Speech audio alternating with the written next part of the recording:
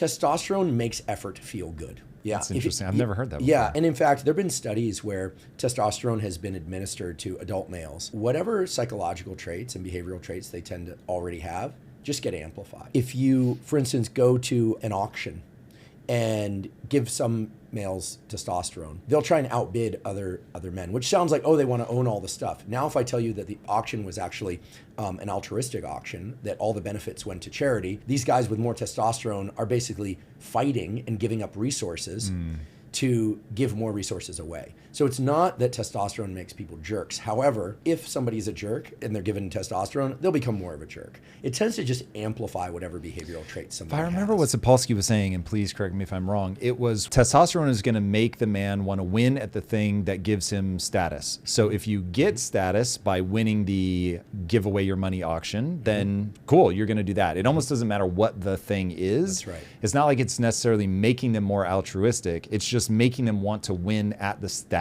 game. That's right. Yeah. So you put a finer point on it, and you're correct. Because that's interesting. And this is part of what I'm getting at when I say that I think modern life is uniquely breaking the male brain, is it's giving these proxies for status seeking, and it's giving you a different set of games to play that are not translating well into real life. Yeah. And so maybe you're winning at social media, but you're not actually translating that into a job. Or maybe you're winning at, and one of the things I most want to talk about is OnlyFans. You're getting the signal that you've accomplished something, acquired something, you've got relational access to a woman, and it's somehow like giving you the signal that you did the thing you came to do, but it's such a bizarre proxy. Like OnlyFans, I did not understand it. When I first heard that it was real, I was like, there's no way that people pay money for that. They do know that porn is free, right? Like, as you think about OnlyFans as a specific phenomenon, what do you think is happening there?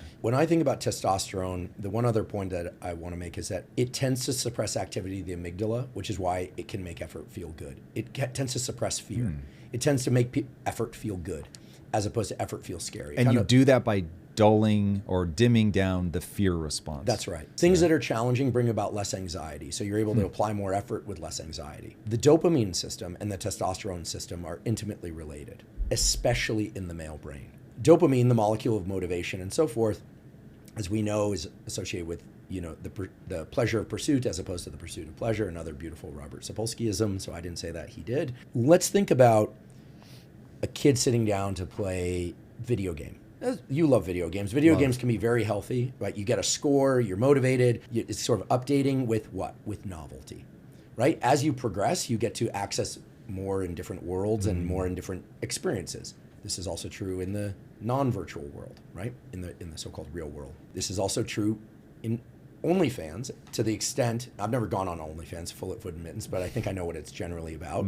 You pay money, you can see things that are stimulating, right? Arousing, right? That's the idea. As one does that, there's the tendency for people to seek more and more intense experiences. Why?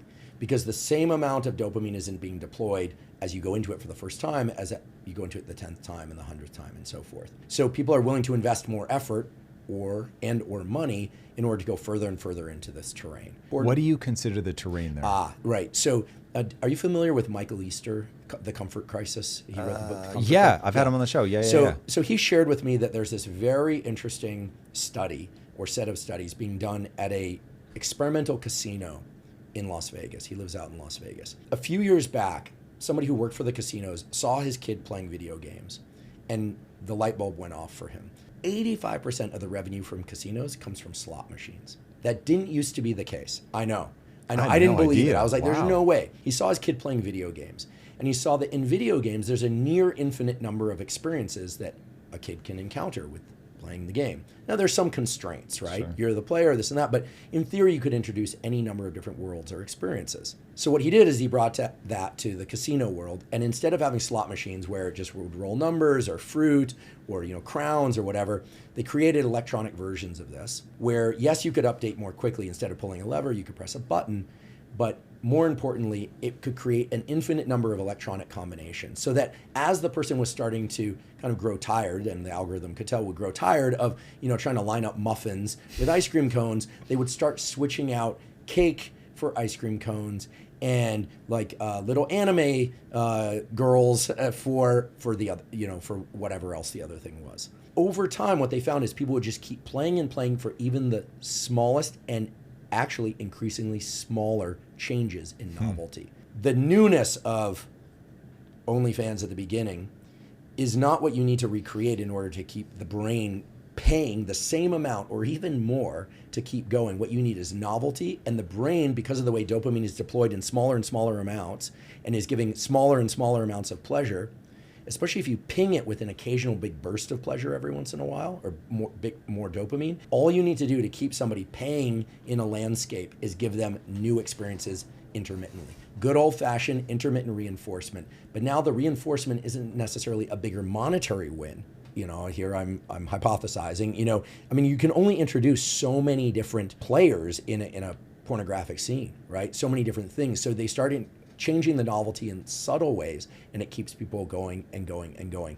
And I'm not going to say that the male brain is uniquely susceptible to this, but because of the relationship between testosterone and dopamine, and the tendency for the male brain in its most stereotypical form, but let's just stick with that, being really in pursuit of things that are sort of forward linear motion, like looking for the next thing. I was just talking about this in the discussion I had with your wife, which was, men like to concentrate on what's happening now and forward movement. Generally speaking, we're not really like defaulting to, let's talk about the past for a while. Let's think about the past. Let's rehash the past. That's not a typical male phenotype. It exists, but it has its importance, but that's not what we default to. And that has a lot to do with the fact that I do think a lot of the circuits for testosterone are about how can I have action out there, right? Stereotypically, the female brain is more oriented towards relational things. Yep.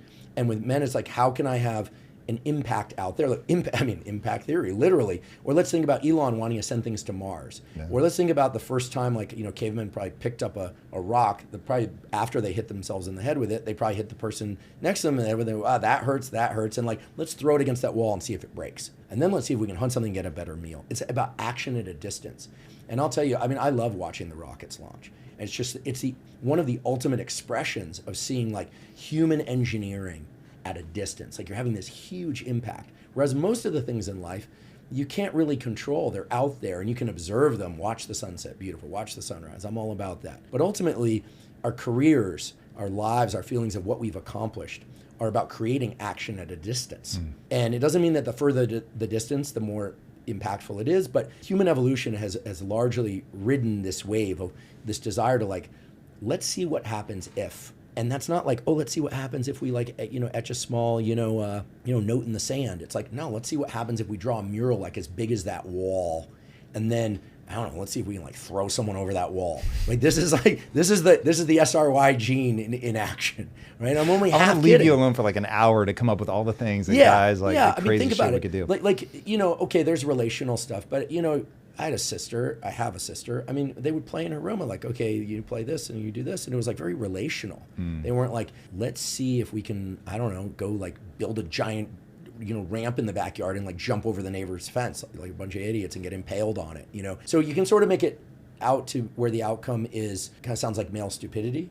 But if we really step back, this is beautiful. This is essential to human evolution. This is why we have the fields that we do, which now, of course, include men and women, right? This isn't uniquely male. But this notion of testosterone and dopamine about novelty and how are we creating novelty, action at a distance. Now let's think about OnlyFans, or a kid that's addicted to social media, watching YouTube all day long. I have examples of this from friends' kids that are addicted to it. There's no action at a distance. These algorithms have, as wonderful as they are, right? We exist on them as well. No joke. They're designed, in your case, in my case, to teach people things to take into the world. But they are their own, what we call closed loop. They can create these loops where you think you're making progress, and then you look up and it's another day went by. You did nothing. You were on the consumer end of this whole business. And it really is a hijack of the dopamine. And I do think the dopamine and testosterone system is when we were talking about males.